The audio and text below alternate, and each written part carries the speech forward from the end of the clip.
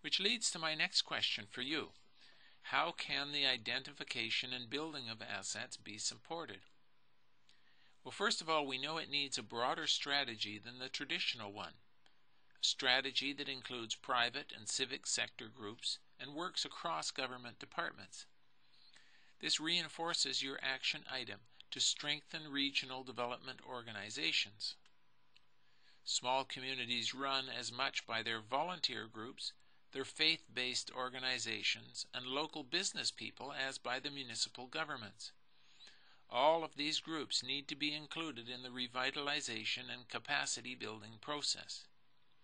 This can be a challenge for government organizations, particularly around fair representation and accountability. This needs some innovative arrangements to meet the demands without undermining the enthusiasm and working arrangements of these local groups. The application forms, financial auditing, and report writing that are the traditional requirements for fair representation and accountability typically place considerable stress on local groups. Too often it means that the enthusiasm and capacity of volunteers is lost in the face of these demands. I'm not suggesting that we abandon the requirements for fair representation and accountability in the face of this challenge. We're already familiar with the problems of patronage and corruption that can follow. Instead, I'm suggesting that the major burden of the challenge be accepted by government and not passed on to the citizens, as is the current situation. There are precedents that can stimulate our thinking on this.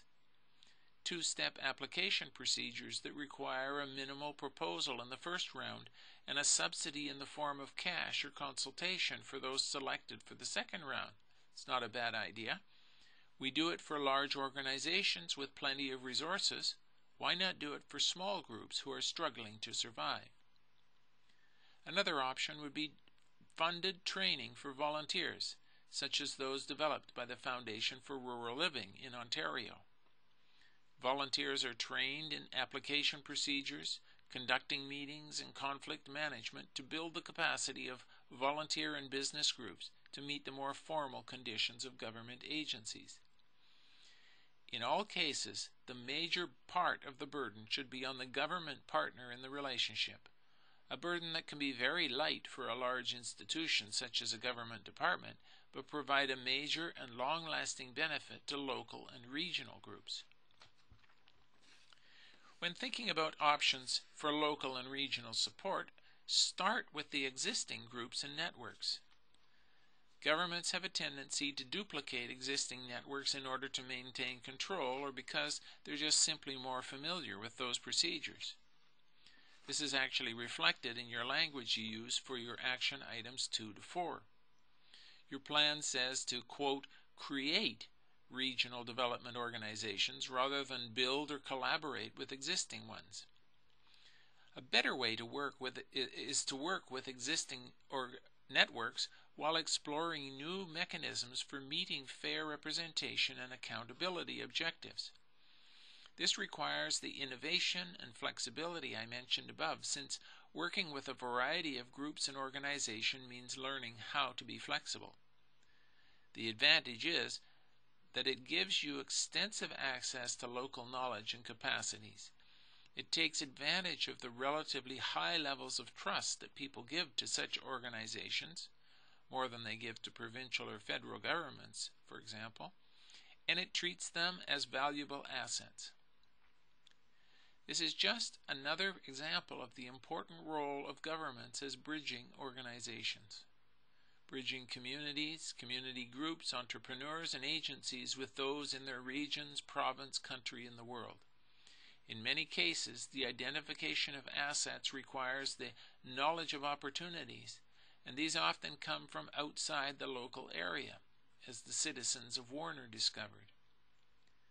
The same is true for your objective of developing rural advocates. Be sure to look beyond your borders. In universities, in colleges, in other provinces. Manitoba, for example, is an expert now with rural immigration, Quebec with regional collaboration, and Newfoundland with university community collaboration.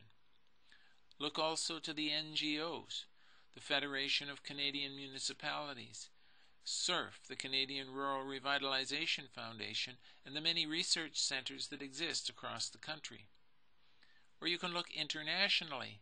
We've worked directly with people in the USA, Australia, Europe, South America, and Japan in order to better understand what happens in their countries as a comparison for what happens in Canada. And finally, community asset building can be facilitated by time. It takes time to learn how to learn, to organize, to build confidence, and make compromises. They all require a context where one can trust agreements made over the long term and anticipate that the efforts made today will have benefits tomorrow. Only governments can provide this through institutional commitment and the tolerance for occasional failures along the way.